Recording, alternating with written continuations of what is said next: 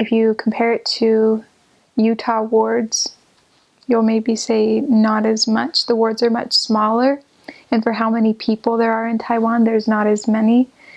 There are a lot of wards in Taipei. There's a temple in Taipei, and there's a lot of wards in there within probably half an hour's distance or so from each other.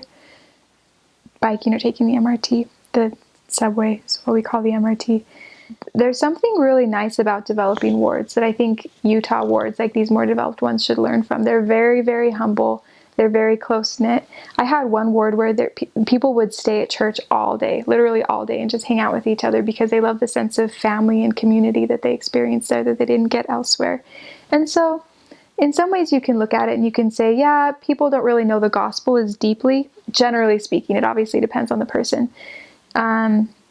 Maybe in numbers they're not as high, and yet I think they have a lot of things that more developed wards could learn from, and how they take care of each other, and how the gospel is so fresh and new to them, and they're still taken in by the most simple concepts. The idea that they're a daughter of or son of God, just simple things like that still compel them and drive them. The idea that they have a savior. And I think sometimes in places where the church is stronger, sometimes we tend to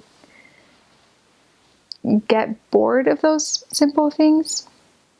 And I don't know that that's necessarily good.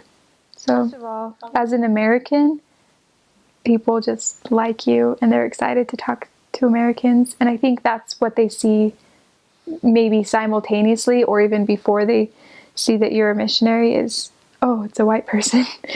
A person with blue eyes. And so I felt like that was great because they really like Americans there. And so sometimes it was nice contacting, even if people have no interest. Generally, they're very nice to you.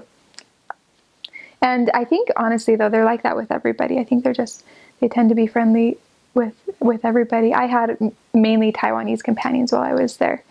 And so I was the only American one in the companionship, but they were equally nice.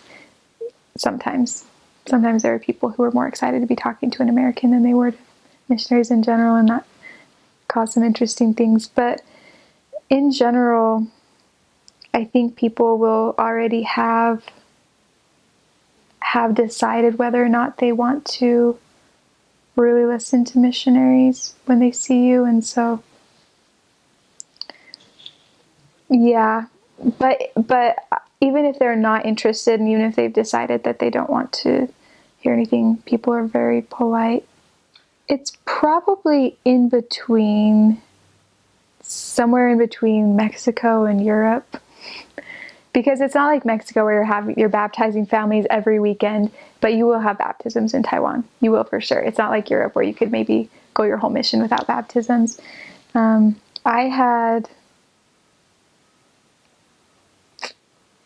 don't want to say numbers because every missionary is different, so I probably won't say how many I had on my mission, but I don't think I ever saw a missionary who didn't go without baptisms.